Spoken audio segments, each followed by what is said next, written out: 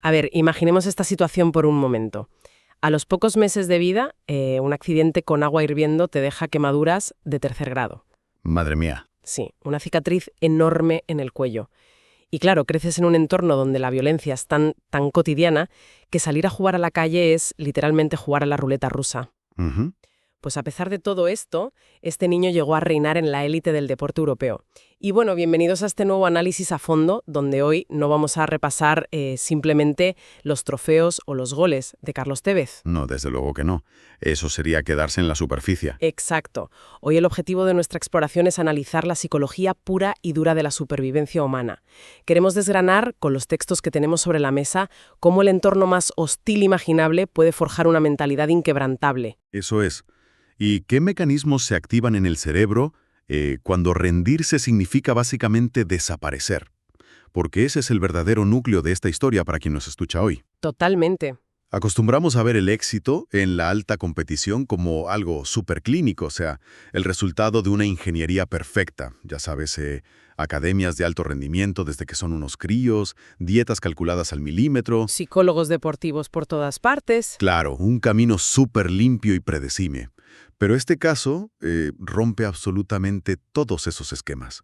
Nos obliga a mirar hacia el extremo opuesto del espectro, ¿no? ¿Ya? A preguntarnos cómo el caos, el abandono y el peligro extremo pueden actuar sorprendentemente como una incubadora. Una incubadora para un tipo de talento hipercompetitivo que, la verdad, ninguna academia millonaria es capaz de replicar. Pues para entender esa incubadora, me parece que tenemos que situarnos en el punto de partida real de todo esto, que es Fuerte Apache, en Buenos Aires. Un entorno durísimo. Durísimo, sí. O sea, no estamos hablando de un barrio humilde sin más. Hablamos de un lugar dominado por la delincuencia constante, las drogas, los tiroteos. Y yo pensaba leyendo las fuentes que nacer en este entorno es como, no sé, como empezar una partida de ajedrez donde te faltan la reina y las torres desde el primer movimiento. Qué buena analogía, sí. Es que es literalmente empezar con todo en contra. Crecer ahí significa que el sistema nervioso de un crío está en un estado de alerta perpetuo. Es que no hay espacio para la inocencia, cuando el entorno te exige hipervigilancia constante solo para llegar vivo al día siguiente, ¿verdad? Totalmente. Y desde una perspectiva neurológica y de desarrollo infantil, nacer en un entorno así altera por completo la forma en que el cerebro procesa la información. Claro. La amígdala, que para que nos entendamos, es la parte del cerebro encargada de procesar el miedo y la amenaza, está hiperactivada a unos niveles altísimos. Ese estado de lucha-huida constante consume una energía brutal en un niño. Una barbaridad, claro.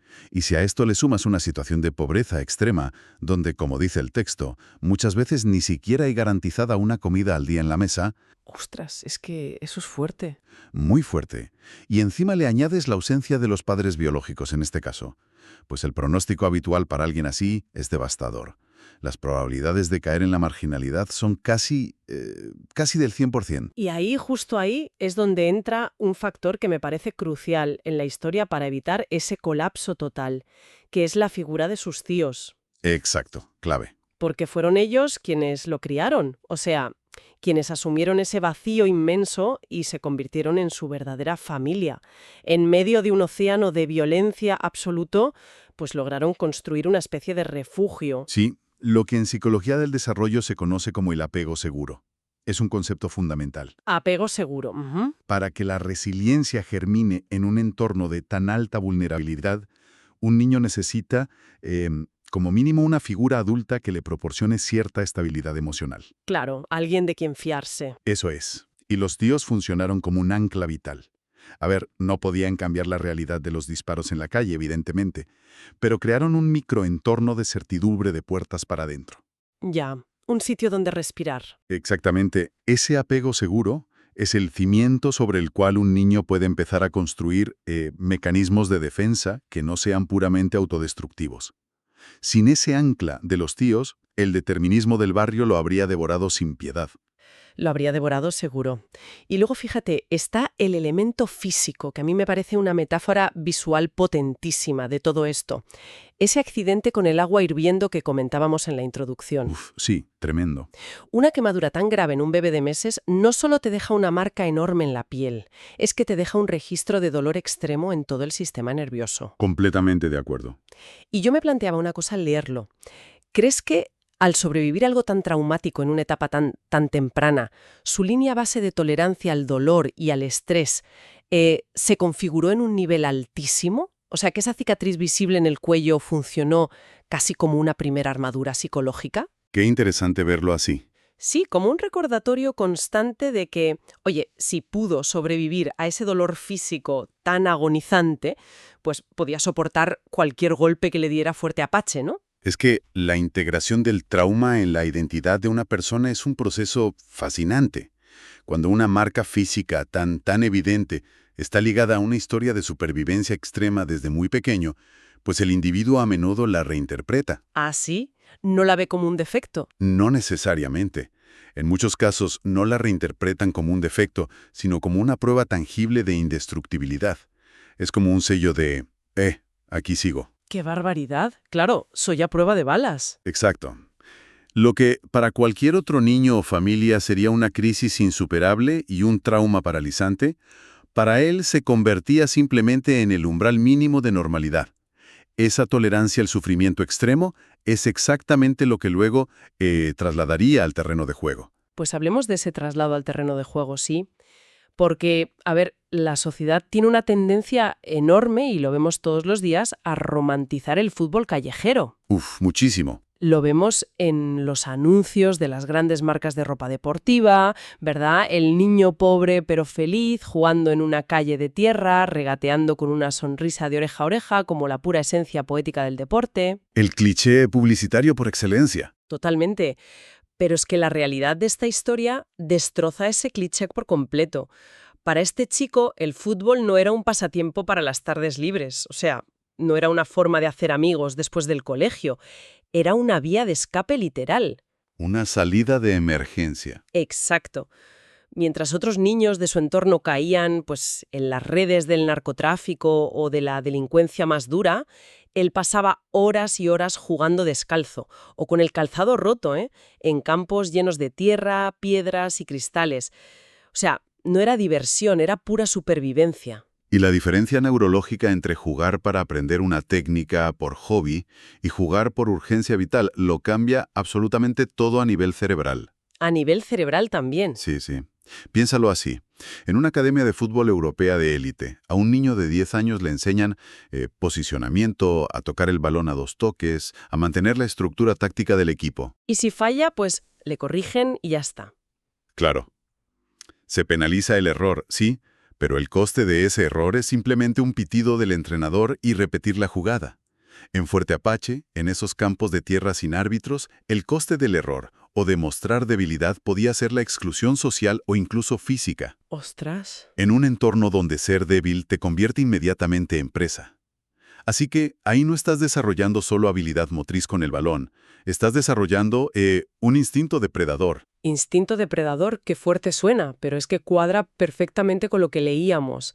Esa urgencia que describes es lo que explica luego su forma de jugar tan característica. Esa famosa garra, la pasión desmedida, el ir a cada choque con el defensa como si le fuera la vida en ello. Es que le iba la vida, simbólicamente. Claro, no estaba jugando un partido de 90 minutos. Estaba disputando su derecho a existir fuera de la marginalidad en cada balón dividido. Exacto.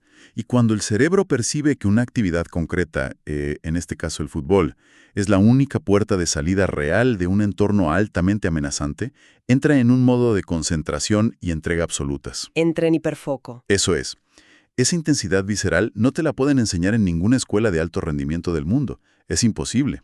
Es la traslación directa del instinto más básico de conservación al deporte. ¡Qué locura! La escasez real, o sea, el hambre físico que pasó de niño, se transforma en la edad adulta en un hambre competitivo insaciable. Cada vez que iba a disputar un balón, a nivel subconsciente no veía simplemente un rival con otra camiseta. Estaba luchando a muerte contra la pobreza y el anonimato. Y claro, esa forma tan temeraria y casi salvaje de jugar era insostenible en las calles para siempre.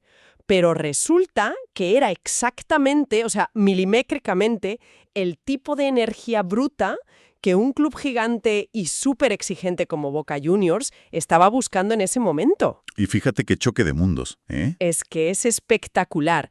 Pasa de la calle de tierra al estadio profesional abarrotado por decenas de miles de personas.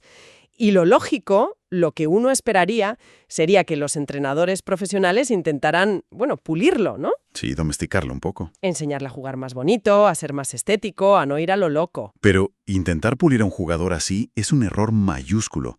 Y afortunadamente, fíjate, en Boca lo entendieron a la perfección desde el minuto 1. Su estilo de juego no tenía absolutamente nada que ver con la elegancia o la táctica de Pizarra. Cero elegancia. Era puro sacrificio, sudor y lucha. Jugaba literalmente como alguien que no tiene un plan B en la vida, porque, seamos sinceros, no lo tenía. No lo tenía, claro. Es que la analogía que me viene a la cabeza es como si pones en un mismo escenario a un artista de ópera y a un gladiador romano. Ostras, qué buena comparación. A ver. Pues que el artista de ópera buscará el aplauso del público a través de la perfección absoluta de su técnica vocal, la suavidad de sus movimientos, la estética pura. La belleza formal. Exacto. Pero el gladiador solo busca salir vivo de la arena hoy. No le importa si es bonito o feo. Y el público en el Coliseo, o en la Bombonera en este caso, enloquece con el gladiador precisamente por la crudeza y por la verdad absoluta de su lucha. Claro. Es que no había nada prefabricado en él, ningún cálculo de marketing detrás de sus carreras. Era supervivencia pura expuesta en un campo de fútbol de primera división. Pues esa analogía del gladiador explica a la perfección el fenómeno sociológico tremendo que desencadenó este jugador, porque se convirtió en un ídolo absoluto y en un símbolo de lucha que iba mucho más allá del ámbito puramente deportivo. Trascendió el fútbol por completo. Totalmente. Su conexión con las masas no se basaba en la admiración por su técnica refinada, se basaba en la empatía pura y dura y en ser un reflejo social profundísimo. Es que la gente no estaba viendo a un chaval multimillonario dándole toques a un balón para hacer un anuncio. Estaban viendo su propio día a día, su propio sufrimiento en la cancha. Completamente de acuerdo. En contextos donde una gran parte de la clase trabajadora se enfrenta a dificultades económicas asfixiantes, a crisis políticas perpetuas, a la sensación constante de que el sistema está amañado en su contra. Que la vida cuesta mucho, vaya. Exacto. La vida diaria se experimenta como una lucha agotadora. Entonces, cuando esa afición veía a este jugador chocar brutalmente contra los defensas, caer al suelo, levantarse lleno de barro y seguir corriendo con una ferocidad inaudita, pues estaban viendo una representación física de sus propias vidas. Era como su avatar en el campo. Eso es. Cada victoria suya, cada gol agónico en el último minuto, la afición lo metabolizaba emocionalmente como una pequeña revancha propia, una revancha contra la pobreza, contra el sistema que los margina. Era, en esencia, un avatar de la esperanza para millones de personas. ¡Qué barbaridad! Y claro, con esa fuerza logró conquistar su país de origen. O sea, se convirtió en un ídolo popular absolutamente indiscutible. Pero el siguiente paso lógico en el arco narrativo de cualquier talento generacional de este calibre, pues es el salto a Europa. La conquista de la élite, claro. La élite global. Y a ver, los datos que tenemos en los textos son apabullantes. Ficha por el Manchester United, luego el Manchester City, después la Juventus de Turín. O sea, estamos hablando de ganar la Champions League, dominar la Liga en Inglaterra, triunfar en Italia. Un palmarés de leyenda. Pasa literalmente de no tener asegurada una mísera comida al día a levantar los trofeos más codiciados del planeta. Y claro, amasar una fortuna inmensa. Es el clásico viaje del héroe llevado al extremo. Sí, el viaje definitivo. De la miseria más absoluta a la cumbre del éxito, la fama y la riqueza mundiales. Pero a ver, aquí es donde a mí me surge una gran duda. Y creo que es el punto de inflexión más interesante de toda esta exploración profunda que estamos haciendo hoy. Porque entiendo la historia romántica del chico de barrio, de verdad la entiendo, pero la realidad de la élite europea es otra liga. Muy distintas, desde luego. Claro, cuando llegas a Manchester o a Turín, te pagan millones y millones de euros. Tienes asesores de imagen, expertos en relaciones públicas, marcas de lujo detrás de ti persiguiéndote para que te pongas sus relojes. El guión estándar, o sea, lo que hace el 99% de la gente en su situación es asimilarse. Te pones el traje de diseño italiano, te arreglas los dientes, suavizas tu acento para sonar más internacional, aprendes a decir exactamente lo políticamente correcto en las ruedas de prensa. Te conviertes en un producto. Te conviertes en una corporación andante, exacto, porque es lo cómodo y es lo rentable.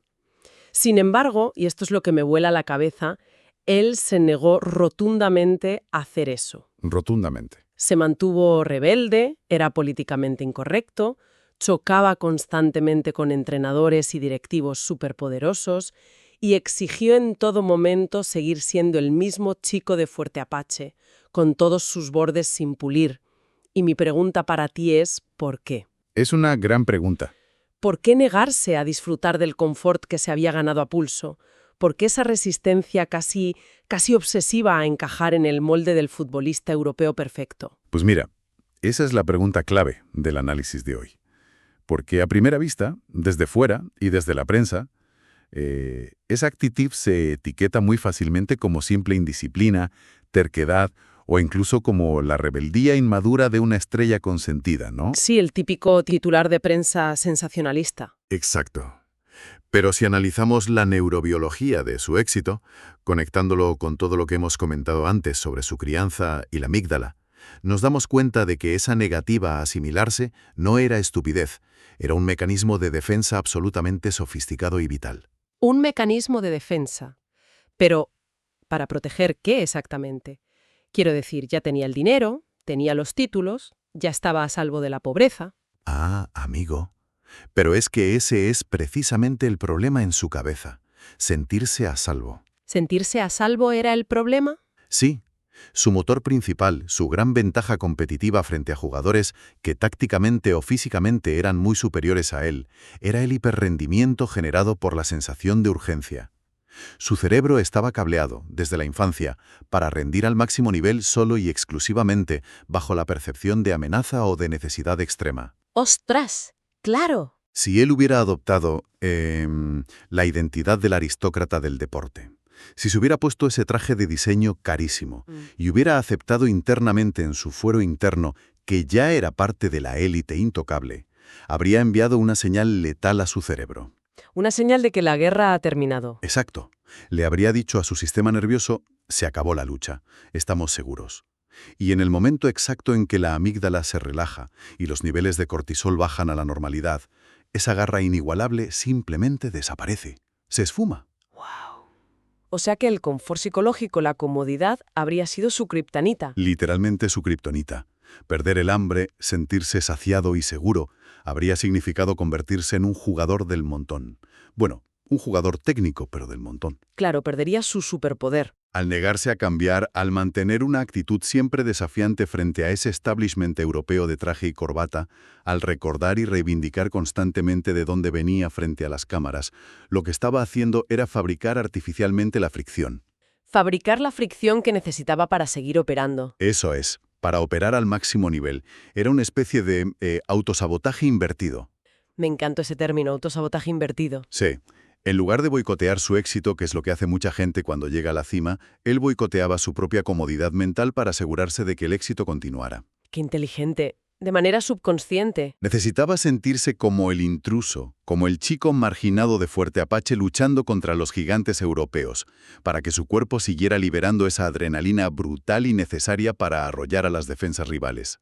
Y esto lo hacía en los campos de césped perfecto de la Champions League. Es que es alucinante, de verdad. Mantuvo vivo el conflicto, todo el estrés de Fuerte Apache dentro de su propia cabeza durante años, solo para no perder su superpoder.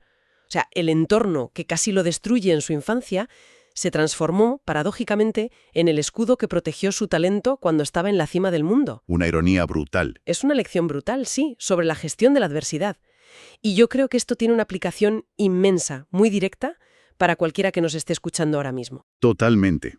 Porque, a ver, aunque es evidente para la gente que nos oye que la inmensa mayoría de nosotros nunca jamás pisaremos el césped de Old Trafford para jugar la Champions, Ni de broma, vamos. ni tampoco tendremos que sobrevivir a la violencia extrema de un barrio marginal en los años 90. La mecánica interna de esta transformación de la que hablamos es universal. Claro, el mecanismo es humano. Exacto. Todos enfrentamos adversidades a nuestra escala. Crisis profesionales que nos parecen insalvables en el momento, entornos laborales supertóxicos, pérdidas personales que te dejan devastado o fracasos estrepitosos. ¿Es la vida? Y la lección que extraemos de estas fuentes no es ese mensaje barato de esfuérzate mucho, sé positivo y ganarás. No, no es Mr. Wonderful. Para nada. La verdadera lección aquí es cómo procesar el dolor. Es decir, canalizar esa herida en lugar de intentar curarla súper rápido, poner una tirita y obligarte a olvidarla, no. Exactamente eso. La adversidad, cuando afortunadamente no te destruye, genera una energía residual inmensa dentro de ti. El dolor, la escasez o incluso el simple hecho de haber sido subestimado por otros pueden convertirse en un combustible hipereficiente. Si sabes cómo usarlo. Claro, si se canalizan con esa misma mentalidad de supervivencia de la que hablábamos. En lugar de dejar que un entorno hostil te paralice o te victimice, puedes utilizar esa tensión nerviosa, esa urgencia vital, como una ventaja competitiva brutal. Una ventaja frente a los que están cómodos. Eso es, frente a aquellos que operan desde la pura comodidad y la complacencia. El éxito no siempre viene de tener las condiciones óptimas. Muchas veces, como demuestra esta historia, surge de la respuesta más violenta y decidida frente a las peores condiciones posibles. Pues esto nos lleva, fíjate, a una reflexión final que me parece fascinante y es un poco para mirar hacia el futuro, ¿no? Hacia dónde se dirige no solo el mundo del deporte, sino el desarrollo del talento en general, en cualquier área. Muy cierto. Porque hoy hemos estado un buen rato hablando de cómo la crudeza, la falta absoluta de recursos y la pura urgencia vital moldearon a un talento generacional e irrepetible. Pero es que si miramos a nuestro alrededor hoy en día, la tendencia global es exactamente la opuesta. Radicalmente opuesta, sí. Vemos, por ejemplo, academias de fútbol y en realidad centros de formación o universidades en casi cualquier disciplina que están obsesionados con la esterilización total del entorno. Quieren controlarlo todo. Claro, hoy en día a un talento joven desde muy pequeño se le miden las horas de sueño con sensores de última generación.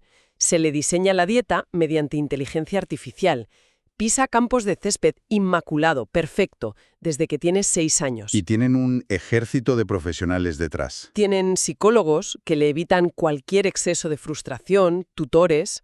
Todo es una métrica perfecta, es predecible, es un entorno 100% seguro. Sin baches en el camino. Exacto, sin baches. Y el pensamiento provocador que quiero dejar hoy en el aire, para que quien nos escucha se lo lleve y le dé unas vueltas, es este. Al buscar crear siempre el entorno de incubación perfecto y libre de estrés, ¿no estaremos diseñando sin darnos cuenta un sistema que radica precisamente la fricción necesaria para que nazca la verdadera grandeza? Es una gran pregunta. Porque, pensémoslo, si eliminamos de forma sistemática cada obstáculo, cada carencia y cada gota de caos del camino de nuestros futuros talentos, corremos un riesgo enorme. El riesgo de producir individuos que sean técnicamente impecables, sí. Máquinas perfectas. Máquinas perfectas en la teoría, pero emocionalmente frágiles, que al carecer por completo de cicatrices, como esa quemadura en el cuello, nunca sabrán cómo encender ese motor interno de supervivencia, ese motor que hace falta cuando el guión perfecto de pronto falla y todo en la vida se pone en contra. Siempre falla. Así que tal vez, solo tal vez, en nuestra obsesión supermoderna por la perfección y por la comodidad absoluta, estemos extinguiendo para siempre a la última generación de verdaderos supervivientes.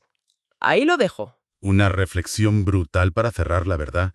Da mucho que pensar. Pues con esto terminamos la exploración de hoy. Nos escuchamos en la próxima.